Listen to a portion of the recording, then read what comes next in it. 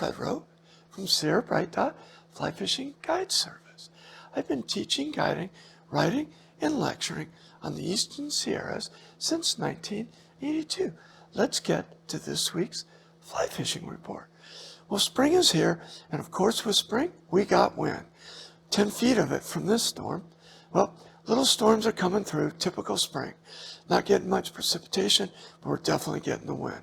So on the days that the storms aren't coming through, fishing's been great. Days that the storms are here, yep, we're getting lots of wind. Well, let's move to Hot Creek. Snow's pretty much gone, can drive in, access is fine, fishing is good. We're using midges in the morning, then the blue-wing olives are hatching midday, and some days there's a few caddis showing up in the late afternoon. For flies, in the morning, I'm fishing with nymphs, and I'm using both pupa and nymph patterns of the midges, primarily using zebra and tiger midge patterns. An hour or two before the hatch, it's a great time to switch to beadhead flashback pheasant tails, and those are working great. And then once the hatch is going, the fish are feeding on the surface, I switch to dry flies, blue-wing olive parachutes, and sparkle duns in olive. Okay, let's head over to the Owens River above Benton Crossing. Roads there are pretty much open, pretty much dried out. Still be careful, there's a few wet spots here and there. You can get stuck. Be a little careful where you're driving. Okay, let's get to the fishing. Well, the run is still there. We're still doing good, but it's going to end any day now. So we're still seeing trophy rainbows in the river. We've seen a few trophy cutthroat trout, but they're really not in yet. They usually don't show up till early to mid-May. Fishing, well, same story all winter. Fishing the cut banks, the deep holes, and the deep runs is where the fish are resting and feeding, and we're fishing bigger flies, size 12 in there. I'm using green and gold prince nymphs, stoner nymphs, and gold-ribbed hare's ears.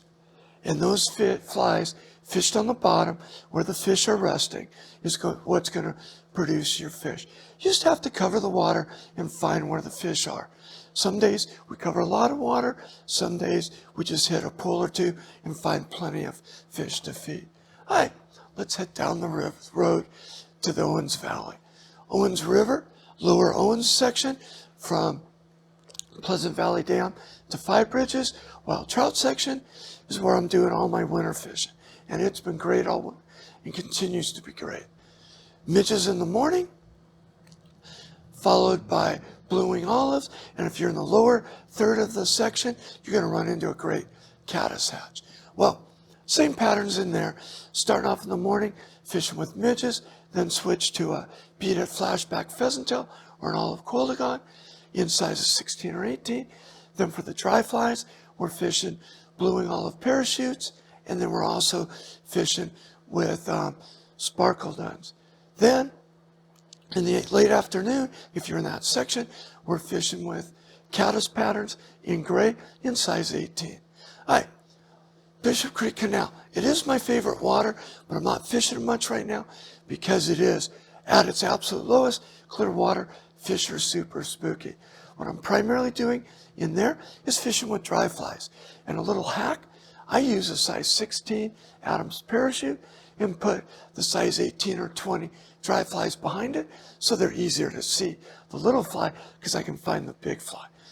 And that's this week's fly fishing report brought to you by Sierra Bright Dot, which can be found on the webpage at sierrabrightdot.com.